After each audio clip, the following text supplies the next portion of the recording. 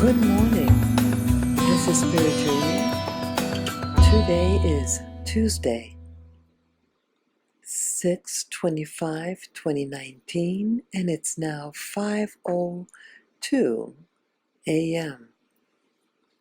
Yes, I've been awake now for a while.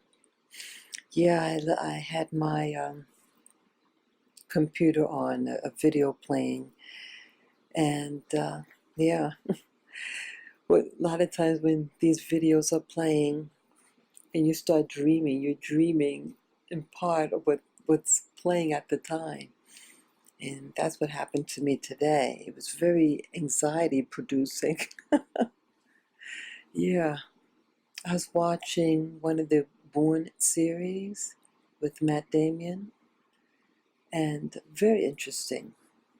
I found the whole genre, this whole Jason Bourne series, very, very interesting. It gets me thinking, and I think the reason why I'm watching it so much is that I think it answers a lot of questions about what's going on in the world. The whole concept of someone uh, someone in a government agency and taking people and using them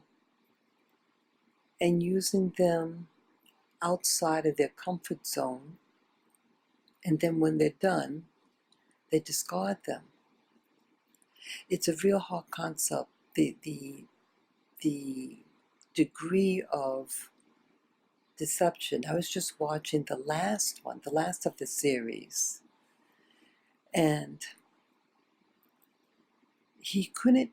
He learned that he couldn't. He found out who was behind what, and how the length of some of the newer recruits, and they how do you say, they play both sides, and it's all about promoting themselves. So human nature, it exposes human nature, that in any institution, whether government or private, it's all the same. And you have people that play both sides. And in their head, they think that, oh, well, I'm doing the good thing. And they all rationalize what they're doing in their own head. And so it's just really exposing who we are, our nature. And then I started watching a YouTube video, and it's a woman YouTuber, and she's gone through this religious awakening. She broke away from mainstream religion, and now she's on a quest, an inner quest about life. And someone had presented her a book about when God was female, and she read an excerpt from the book. And I started thinking about that. Like she mentioned that before it was the God, the Elohim of the Bible as we know it, there was goddess worship before the scriptures, before the Torah. There was religion and what they call goddess worship. And I started thinking about that, like in the world today, women are behind men. Women are oppressed, especially the Abrahamic religions. So whether it be Judaism, Christianity, or Islam, and those are the major religions at play. And so again, I'm thinking about the Jason Bourne series, how you have, think of religion as an agency. And you have agencies all over the world. And sometimes different agencies fight amongst each other, even though they're really about the same thing. But each of them, just like in the Jason Bourne series, the very last one, where you have a young female agent and how she played both sides. So how could you trust them? And people are dying all around. And just like with religion, people are dying all the time. You have the different denominations, you have the different major religious organizations slash agencies, but they're all about the same thing. They all want the same thing. They want power and worship. And as I mentioned in the past, that what is worship? I try to analyze, what is worship? What is this all about?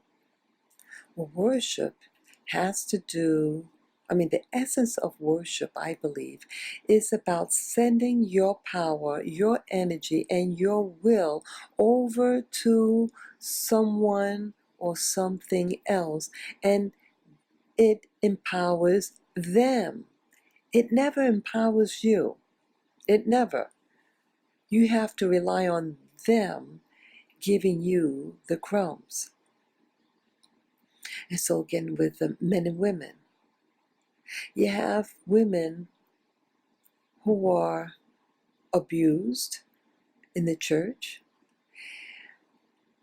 I look back at my experience in the church, my early beginnings in the church, when I lived in the West Indies, and how you had this white pastor, male pastor from Minnesota, and he had this ego, this male domination. And I said something very, it's something that I sensed with him, and I didn't know what it was. And so I actually was trying to talk to him with cushioned gloves, because I couldn't figure him out, and I just didn't want to ruffle feathers. But I did. So I think what was happening, I was picking up on his animosity that he had towards women, but not knowing it. Something instinctively, but I just thought, oh, I better talk in terms like gender-friendly terms. And I never thought like that before, but just something, I couldn't really understand why I was feeling the way I was. I said a statement. I said, well, it was with term him or her, like gender terms. And I said, well, he, and then I said, oh, well, he or she type of thing. And and it was the first time I ever said something like that, but it was just something about him. And I just thought, well, maybe with him, I should say him or her type of thing. Mostly like in language, we say he all the time. And this time I just felt, he, she. And then he said, oh, why you say that? Oh, I bet you one of those woman livers and blah, blah, blah, blah, blah. And back then, I was far from that. I didn't know about, I wasn't into gender stuff. I couldn't care less. I was raised in a very male dominant household and society. So I was pretty much programmed to think he, she, he, when you read a book, it's always he. You're reading a storybook, he, especially like children's stories. It's always he. And also made mention in a past conversation that it was this lady was testing something out, and she had a little boy, and she was reading the little boy a storybook. And so she was testing out something, and when the book said he, she used the term she, and she did this or she that, and the little boy said, "Mommy, how come you're not? How come there's no he? He? Where's he? Where's he?" See, he was initially programmed to hear he, so it was an expectancy. And this is part of the social programming. Have books that the male is the star, the male is the focal point. Just like in the Bible is a socially constructed book. The new system that arrived around 6,000 years ago. And this was the first attack, the attack on the female. The book of Genesis, what is that about?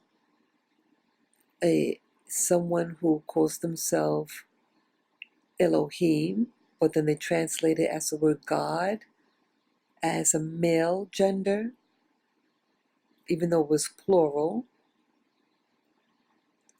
And then blame a woman for something, but yet before the woman did what she did, the male was put in position over her. It was a failure in the system, the initial programming, and the female is blamed. And so everything that followed this Bible is always about diminishing the female. All the Abrahamic religions, especially the Islam. And no, this is an anti-Islam audio. I'm just stating something that's obvious. You cannot go in an Islamic nation, especially in the true Arabs. You get beaten. Your little ankle is showing, and they can beat you. You have to be accompanied by a male, even if it's a male infant. So see there? See how cruel it is. It's no love. Here, all life on this planet comes out from the womb. You're breastfed. You're nurtured. You're protected, at least, the best they could. And then you turn around and bite the hand that feeds you, that nurtures you, and then destroy them. Make it so that they rely on your purse, on your wallet. You cannot go out by yourself. It's in the Saudi Arabia. You have no freedom. And it's just so harsh on her. It's to keep her in check. So it seems like with this new system, I think this whole world right now, it's under that that umbrella that came about around 6,000 years ago. That's when it took its place, that it got a stronghold. But it probably started before 6,000, but they just came into power 6,000, full power 6,000 years ago. And everything seems to maybe stem from this reality, that reality. And, just look around. It's very harsh. The environment I came from was harsh against women, very sexist, demeaning, and the sexual dominance that they put upon the female. The fear of, well, if he leaves me, how I'm going to take care of the rest of the children or myself. And so you let the male do a lot of things against you. And no, this isn't an anti-male rant either. I'm just exposing what is. And so I look around again, this world system. Who controls like where you live? Real estate agencies. Most of them are male. You look in the government and you see who's works in these higher ups. The predominance are male. Even though in the United States there's more female than male. And women outlive men in general. In general. So women have the longevity over men. Women mature faster than men. You get 2 infants, let's say twins, and 1 male, 1 female. The female develops faster, physically and mentally. So females are superior in the aspect of developmental processes. I don't mean superior meaning better. It's not about who's better, but there is a efficiency. And then the program against the female really, really begins high school. Like junior high school, the females were more dominant physically, everything. They were just more developed mentally and physically. And again, I don't mean superior. I don't, that's an arrogant term. I'm just stating the physiology and all that. And then high school, the program really starts to begin against the female. That she's not supposed to really know math. She's not really encouraging the sciences. But all of a sudden, they start to nurture the male to be the focal point, the male to be promoted in school, the sports, the academic, the high academics. And looking like in the colleges, the advanced degrees and everything, it's usually male. Like engineering, male. All male.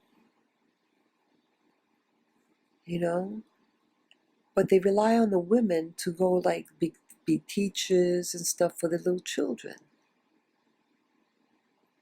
But then in the high schools and stuff, the males get more precedence. This is just an observation when I'm thinking about my life. So how does this all tie in, with the current world system, my watching this YouTuber and giving this book about when God was a woman? It's a system that's at place. You look at the Bourne series. What is this about? An agency against another agency. Why is that? So it's a war going on. Who placed this initial war? Could be this Elohim. You're learning about different military bases all over the world, what they call underground bases. Some of the YouTubers are talking about the Antarctic.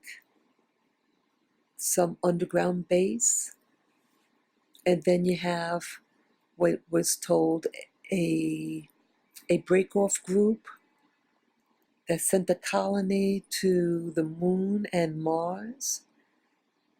Now, I don't know whether this is true. I don't know. I have, I don't know.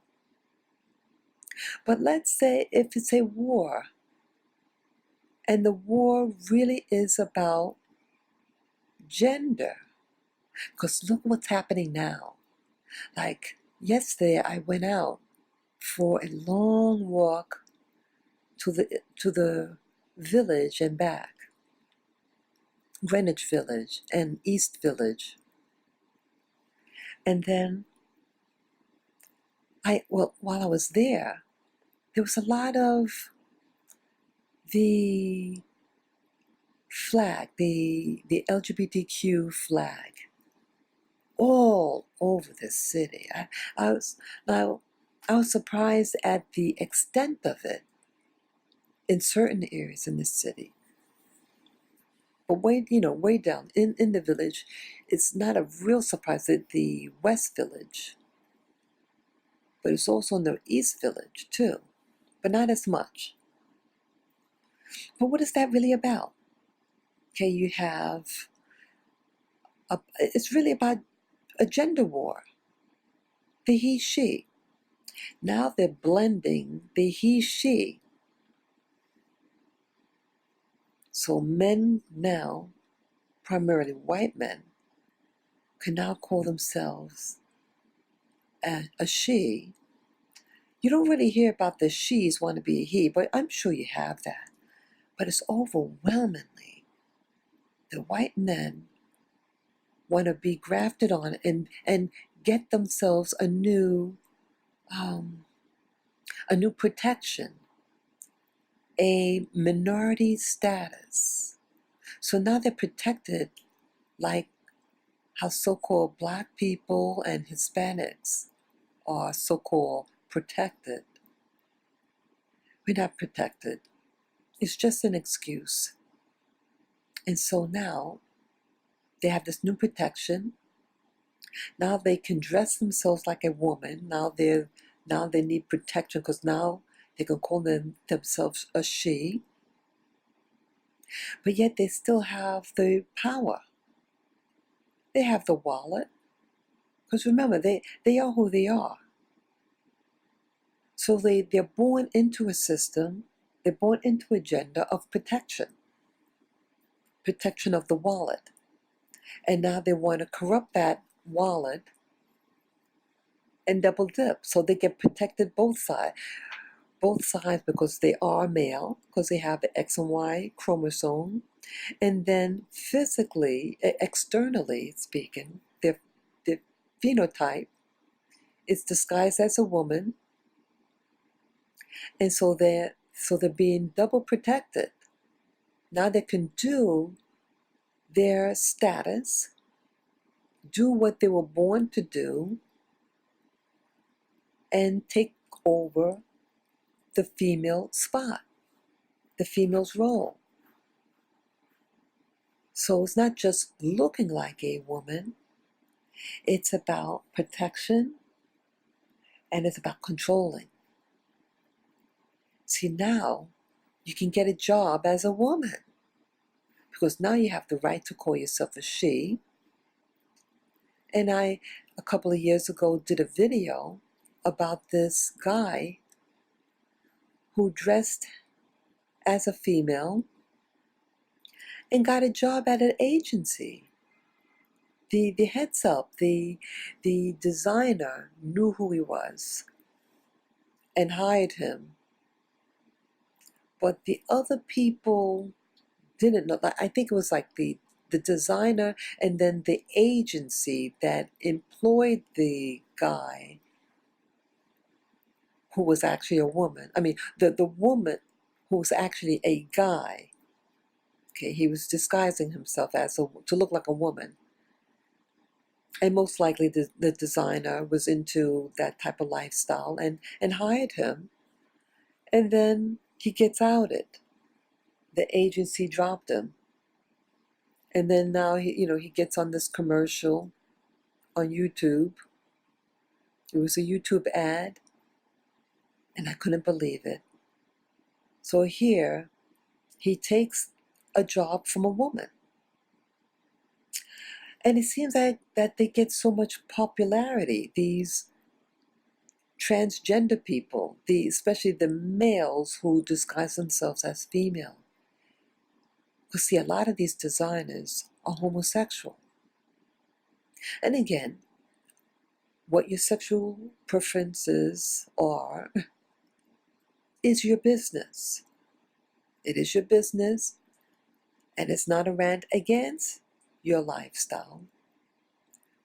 My issue is social engineering and forcing people to like certain things that they wouldn't normally desire, or forcing people, hey, I better get on this bandwagon because I want to get a job, especially if you're black male. So it's a war now on gender. See, now it's coming, what do you call it, 360 degrees. See, it's going a full circle. And the war again is against the gender. And overpowering this gender, now overpowering the female by looking like a female and taking over her spot. So where is it going to leave the real woman? She's going to be booted out of her job. And it seems like businesses, whether in government or private sector, seems to reward those who are willing to do certain sexual practices. Don't you notice that? Look at what they call Pizzagate. What is that about? It's to overpower. And it's such a perversion because now it's trying to overpower children, innocent children. But who's primarily are the predators? Okay, what gender in general? So I think it's a war that's turning around full circle, that is actually a war against gender, a war against the woman. Because again, the Bible really is the beginning of the war against the woman. And then it taught about the war against race. What race was that? What race is targeted in the Bible by modern religion? Well, if you live in the Americas, and primarily in North America, what race was targeted in using the Bible as the cause? That is the group that is under the Hamitic races. Ham or Ham, that's the black race. And black people are taught in the Americas, especially North America, that you have a curse over you. Now remember, growing up, that I thought the woman was the cursed one. And a woman's menses was called the curse. Remember that? So the woman was innately cursed. And then the Hamitic race is the cursed one, according to the scriptures. That's how it's perverted. See, the Bible seems to be a perversion on top of a perversion.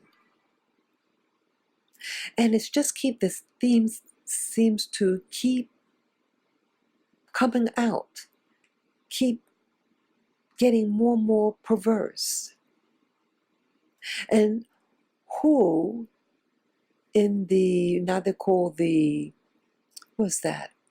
Oh, I forget the slogan that they call it now. for the LGBTQ, but who in Stonewall, because I made mention in the video, well, audio tape that I did yesterday, audio video, that's right. It's the Stonewall 50th anniversary. Who was the catalyst for that 50th anniversary but a black teenage guy? I think he was about 18 years old. And here, a whole movement throughout the city getting so much recognition, but yet black people as a whole is not getting as much attention. We're not getting any, what do you call, I forget the term, like being reimbursed for the harm that we incurred as a people. It's overlooked. We don't even celebrate the Emancipation Proclamation. It's never discussed on television or shows. Any celebration, it's forgotten. And the day actually occurs on New Year's Day. It's never made mention. Never. You even have the banks. The banks were celebrating the 50th anniversary. All the banks with the LGBTQ flag up. I was like dumbfounded. So here, the whole movement stemmed from the death of this young black adult male. But yet you forget about the person, the group that made it possible. We're always forgotten. We're always forgotten. And so here now you have the woman, also is forgotten. She wants to be recognized for her goodness. There is a Mother's Day, though. See, the true reality of who you should really honor. I mean, honor both, the man and the woman. We do need each other. But I think, again, with this whole agency thing, religion and government agencies, they work hand in hand. They're not to be really viewed as separate, I see. And so the Jason Bourne series, again, is just a reminder that they all work together and they're all squabbling, just like now. Just like the religions are squabbling and male and female are squabbling. The male and female have their beginnings also. But it wasn't always against one another. And just like with Jason Bourne, see, it was his father, according to this series, that started the whole program. And then the father's own religion, so to speak, his own program, said, someone outside said, hey, let's use your son. Let's use your Jesus. Let's use your Adam and Eve to be the template for it. And everybody will be based on your son's activity. Hey, let him be the first candidate. And the father says, no, I'm not going to permit this. Hey, I did this for other people to do, not me. Then it got hijacked. And the father gets killed, even though the father started the program. And then they used their son. And then they're all squabbling with each other. They use the candidates to even kill each other. Just like we have women fighting against women. men fighting against women. So what am I saying? That we were hijacked. People are hijacked. We're hijacked on this planet. We may have started out as something else, to do something else, and then someone exploited our nature. We were approached, probably. We have particular qualities, attributes, abilities. They knew who we were, but we didn't know who they were. And we believed them. We were probably told a lie, just like in the Jason Bourne series. They were told lies. And they kept trying to butter us up in the Jason Bourne series. They kept saying, oh, aren't you a patriot? Aren't you a patriot? Oh, you love your country. And then at the same time, destroy them. And then they belittle Jason. Oh, your father was weak. How often are we told, oh, the women are such and such. Oh, black people are inferior. See that? And then they say, oh, you have so many good qualities. So see that? They bash you and then they praise you. Oh, you're so good. Oh, you're perfect for the job. And then they belittle you. It's mind control. We're being mind controlled. Women are being mind controlled.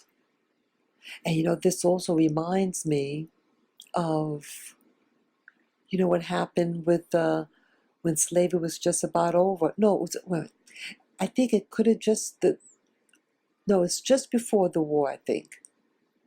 Either way, around that time, you have Frederick Douglass, who had escaped, a mixed race black fellow who got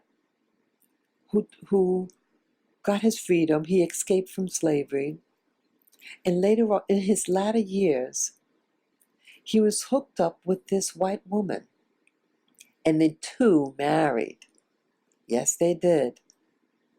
See how, again, the black man and the woman, the white woman, it seems to be something very interesting about that type of union. And in the United States at least, that when the whole paradigm shift, the real antagonism that occurred upon the black in America was as a result primarily when the white woman and the black man formed an alliance. That's when all those laws got enacted, and that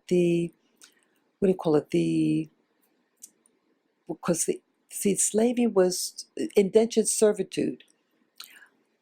I believe that indentured servitude, at least in North America, I don't know about the Caribbean or South America, but I think initially in North America, that it was an indentured servitude for the African.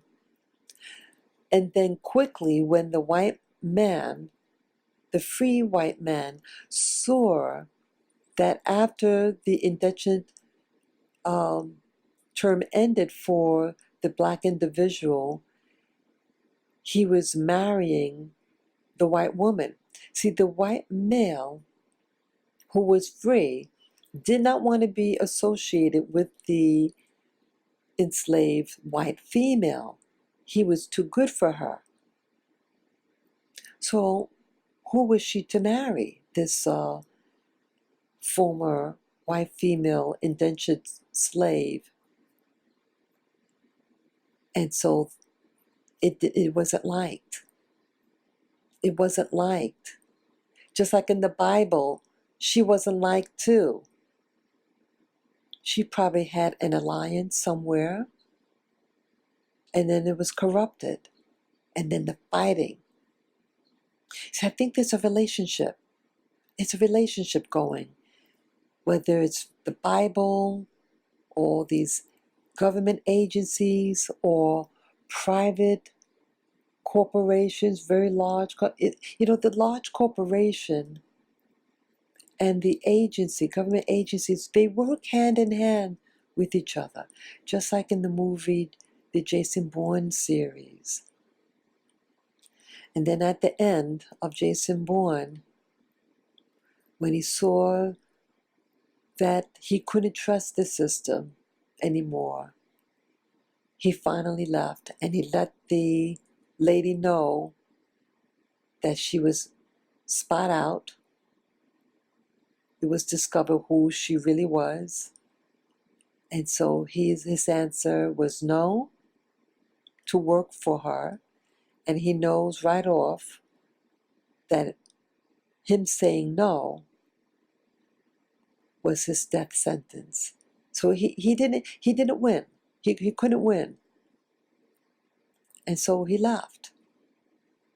So he's forever being pursued. And so the woman and everybody on this planet, the male and female, we're fighting each other, but it's not really our war. It's a war that's been placed upon us because someone from outside the system came here and is doing havoc. Where it all begins, I'm not really sure. Some people say it's beings from other planets, or maybe it's, what do you call it, extra dimensionals. I don't know what it is. But everything is so infiltrated. Everything. Families are infiltrated. And I'm wondering whether or not the thing that happened to me a year ago at the restaurant, I'm wondering whether it was something domestic or whether something outside of this planet, or something underground, or from one of these agencies. I don't know. I really don't know. It's an ugly web, and how when you try to look for help to find out what's really going on, it's like a dead end. And the people that you think supposed to represent you, or even if you pay someone to work on your behalf, that they're not really working on your behalf. So this is just food for thought. And who knows? Who really knows? Again, this is also food for thought. Take care, guys. Bye-bye.